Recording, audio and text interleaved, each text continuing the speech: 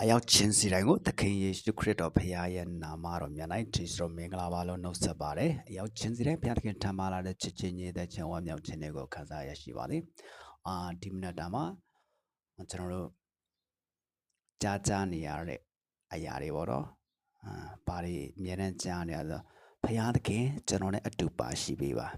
။ဘုရားသခင်ကိုတော့အနာနာရှိအားလုံးအစဉ်ပြေတယ်။ကျွန်တော်နှုတ်ကပတ်တော်တမန်တရားကိုကျွန်တော်တို့နားမလည်ရခြင်းဘုရားကျွန်တော်နဲ့အတူရှိပေးပါလို့ပြောရအောင်ဘုရားသခင်က omnipresent လေနော်နေရာတိုင်းမှာရှိတဲ့ဘုရားဖြစ်တယ်လူတိုင်းနဲ့အတူရှိတဲ့ဘုရားဖြစ်တယ်အချိန်တိုင်းနိုင်တိုင်းစက္ကန့်တိုင်းမှာနေရာတိုင်းမှာရှိတဲ့ဘုရားဖြစ်တယ် omnipresent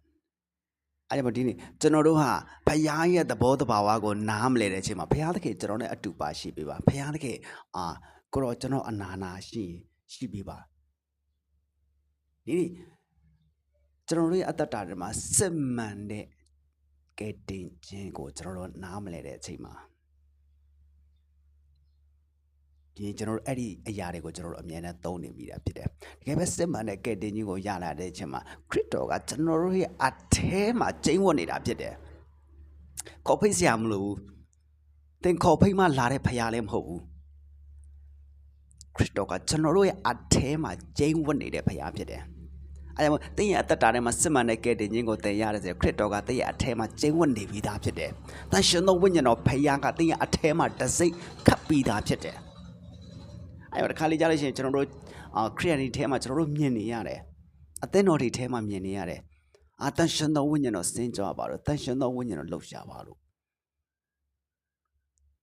ဒီတန်ရှင်သောဝိညာဉ်တော်ကဒီနေ့သင်ခေါ်ဖိတ်မှလာရအောင်သင်ရဲ့အစီကံကြုံလည်းမဟုတ်ဘူးတန်ရှင်သောဝိညာဉ်တော်ဘုရားကကျွန်တော်တို့ခေါ်ဖိတ်မှလာရအောင်လေသူကကျွန်တော်တို့ရဲ့အခိုင်းနဲ့ခိုင်းဘက်လည်းမဟုတ်ဘူးစဉ်းစားကြည့်အောင်ဒီနေ့သင်ရဲ့အတ္တတာထဲမှာတန်ရှင်သောဝိညာဉ်တော်ဟာသင်ခရစ်တော်ကိုတကယ်အပိုင်ရရှိသွားတဲ့နေ့ကတည်းကစပြီးတော့တန်ရှင်သောဝိညာဉ်တော်ကသင်ရဲ့အထဲမှာကျင့်ဝတ်နေတာဖြစ်တယ်။အဲကြောင့်ဒီနေ့ကျွန်တော်တို့ခရစ်ယာန်တွေအထဲမှာဒီနေ့ကျွန်တော်တို့ယုံကြည်သူတွေအထဲမှာခရစ်တော်ဟာအထဲမှာကျင့်ဝတ်ပြီးသားကိုဒီနေ့ကျွန်တော်တို့ကနေ့ရက်စဉ်တိုင်းမှာဘုရားသခင်ကျွန်တော်နဲ့အတူရှိပါဘုရားသခင်ကျွန်တော်အနာနာရှိအရာအလုံးအဆင်ပြေတယ်ဒီနေ့အဲ့ဒီအရာတွေဒီနေ့လွယ်မှားနေတဲ့အရာတွေအားကြောင့်ကျွန်တော်နှုတ်ကပတ်တော်ကိုမသိရခြင်းဟာကျွန်တော်တို့ရဲ့အတ္တတာထဲမှာမာယွင်းနေတာဖြစ်တယ်အားကြောင့်ဒီနေ့ကျွန်တော်တို့ရဲ့အတ္တတာထဲမှာအဲ့ဒီနှုတ်ကပတ်တော်တွေဟာကျွန်တော်တို့နားလည်ဖို့တကယ်ပဲအထဲမှာခံစားရဖို့လိုတယ်ဆိုတော့ကိုကျွန်တော်ဒီမနက်တာမှာတသက်ခံဝင်ငါချင်တာဖြစ်တဲ့အရောက်ချင်းကိုဘုရားသခင်ယေရှုပြုပါစေ